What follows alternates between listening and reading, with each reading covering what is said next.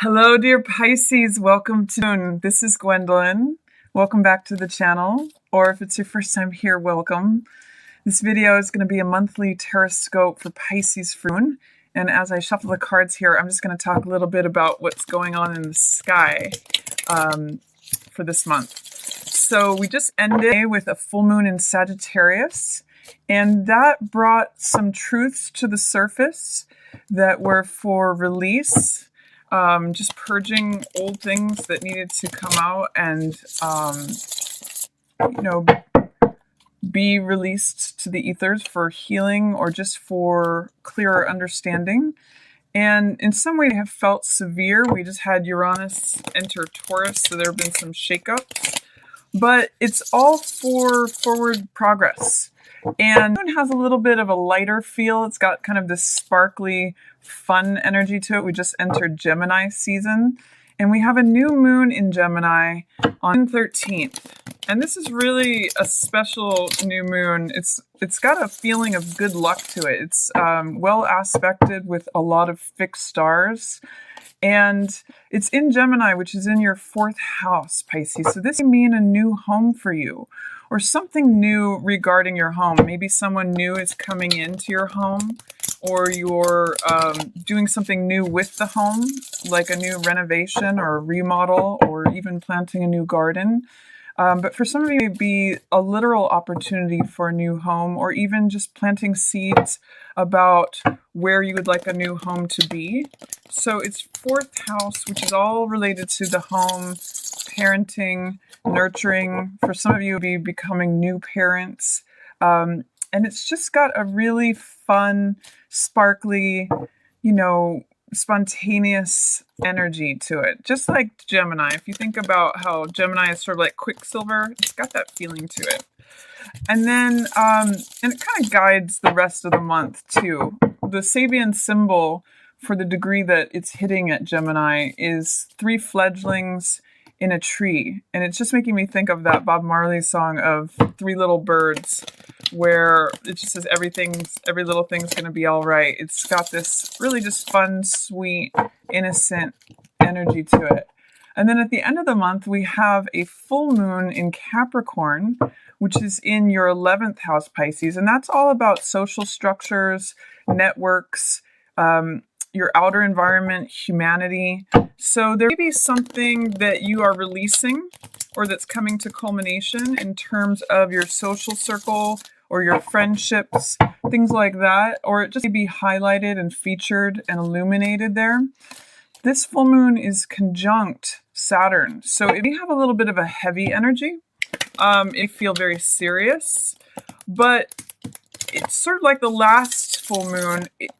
It may have some truths that are being revealed. The Sabian symbol for this full moon is a veiled prophet speaks. So there may be further illumination that comes with this full moon. It's called the strawberry moon. But the purpose of it is to release things that are heavy and burdensome. So it's also making a nice aspect with Uranus again, in which case it can allow you to break free of that heaviness, of what feels like oppression or overly serious feelings. And Uranus says, you know what? I want to shake things up. I want to revolutionize things. I want to allow you to break free and be liberated. So you can go deeper into the seriousness of that full moon, or you can opt to sort of harness that Uranus energy of the revolutionary, the rebellion planet, and break free, liberate, shake it off, and, sort of break out of that. So I'm going to just shuffle one more time here, and then we'll get right into what's coming up for Pisces. And it looks like it's going to be an exciting, fun month. So I love this Gemini season, and especially with that new moon on the 13th. It's really got some fun energy to it.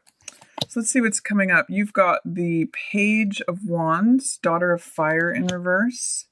And then a small medicine wheel, which is equivalent to the Wheel of Fortune. That's another symbol of good luck.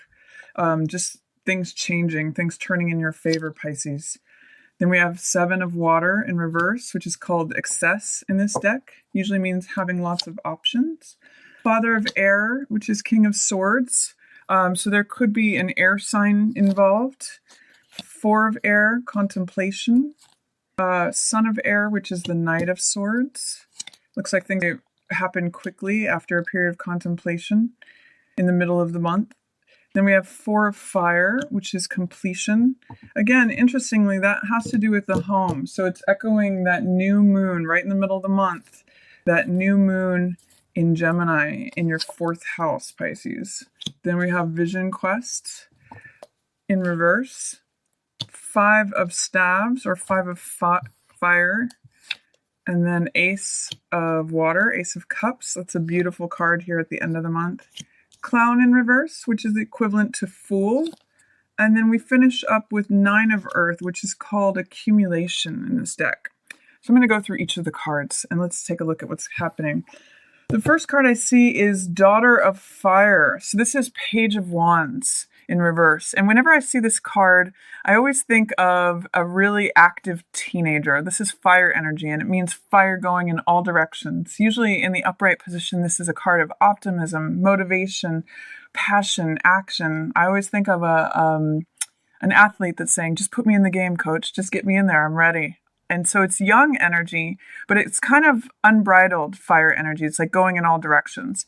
So what this says is you need to contain any fire energy that you have. You want to go in like directions at once, but it's saying, it might be worthwhile to slow down and harness that energy in one direction, to be a little bit more mature in your approach and have a little bit more focus. In reverse, this card can be very unfocused. It can just be like, trying to cover all bases at once, when really it would be more practical to do things one thing at a time.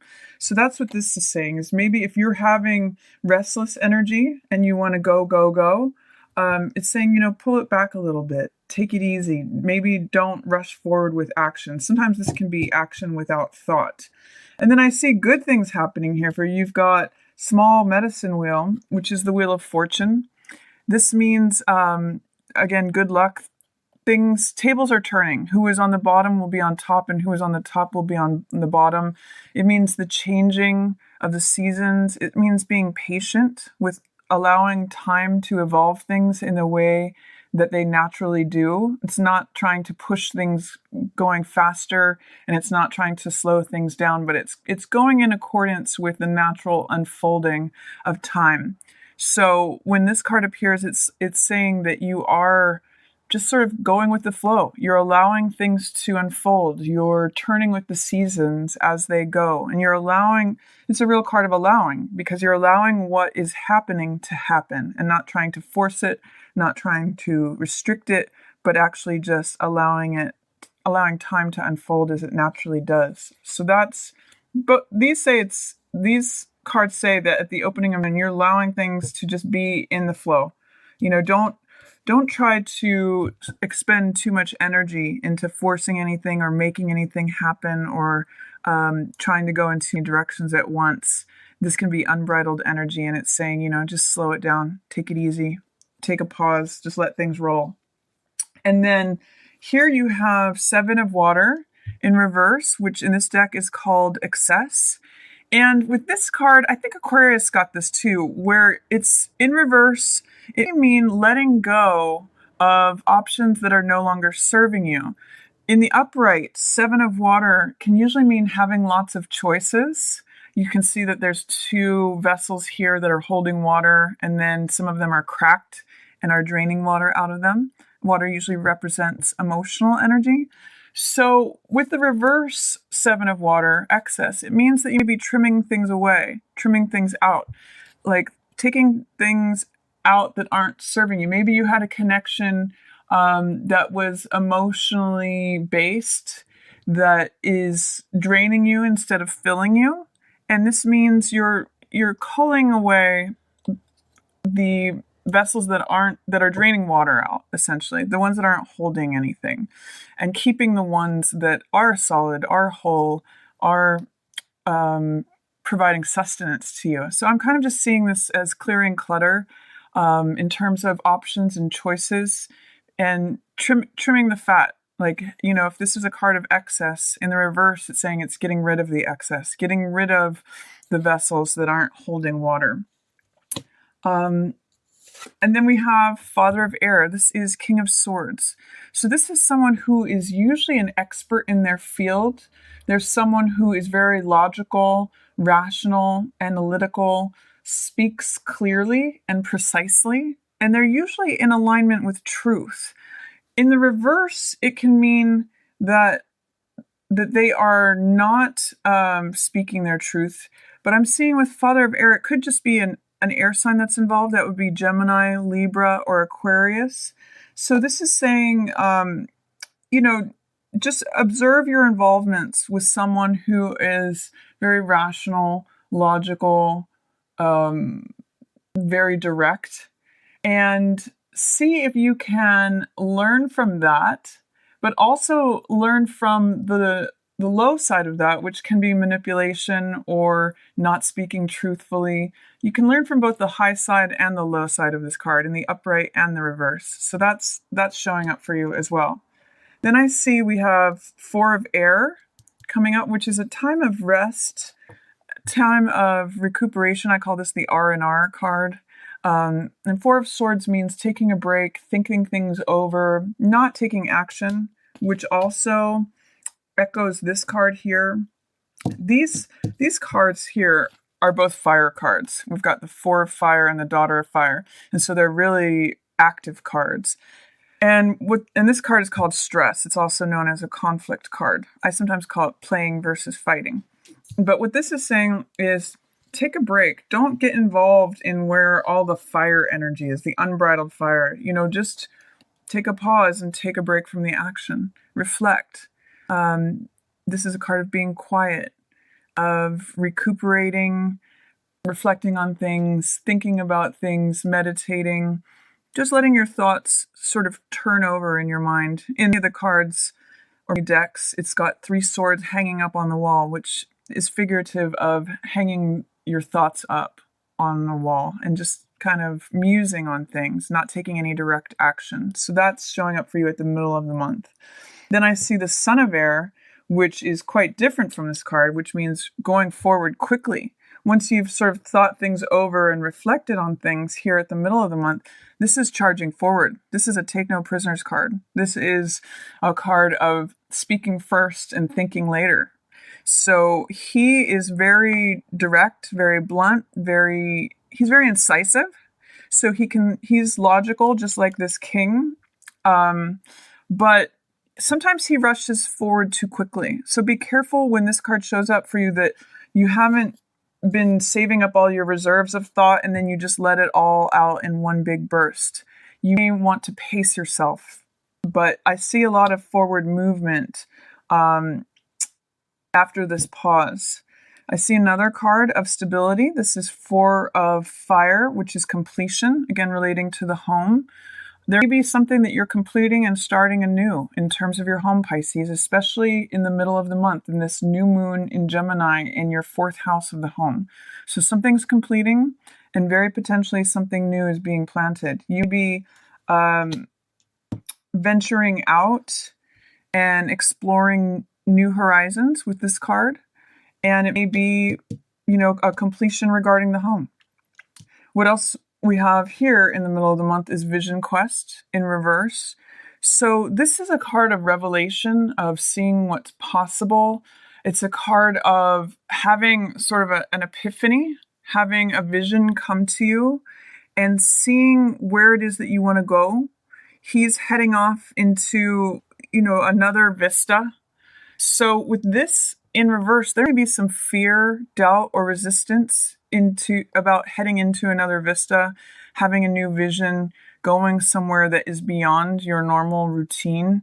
And I'm going to encourage you to look at whatever fear, doubt, or resistance is showing up for you. This is like a new chapter, and it's a new insight, largely because of this contemplation, I believe, and then being able to go forward because of a completion here. So I'm just going to ask you, Pisces, what is the fear, doubt, or resistance to embracing this new revelation, this new vision, this new idea, this new insight, because that's very much there for you. And then towards the end of the month, there's a couple things that are going on. It's really interesting. You've got the Fool, which is the 0 card. It's the potential energy. Anything is possible. Nothing is formed. And then you also have an Ace here, and aces are new beginnings. This has to do with a new beginning of the heart, new love. You can see, I sometimes call this card Cup Runneth Over, but it may require you to pass through some sort of conflict or competition that has to do with fire energy. This is usually a bunch of people competing for the same thing. It's a very Mars-based card. There can be a lot of aggression with this. Sometimes it's sport or open warfare, but it's competition. And I like to look at this card as playing versus fighting. You know, a lot of times it's called stress in this deck, and a lot of times it's looked at as a card of real conflict. But I also like to look at it as, you can either get involved in a war or a fight, or you can look at it as play, and you can adopt a playful attitude towards it. So on the lighter side, this could be a card of flirtation, or it could be a card of laughing at your problems, or seeing sport for what it really is. So I'm going to encourage you, Pisces, if you come towards the end of the month here and you're feeling like others are trying to engage you in competition, or that you are being met with aggression or anything like that, then you just adopt a lighthearted, playful attitude towards it and see it as play.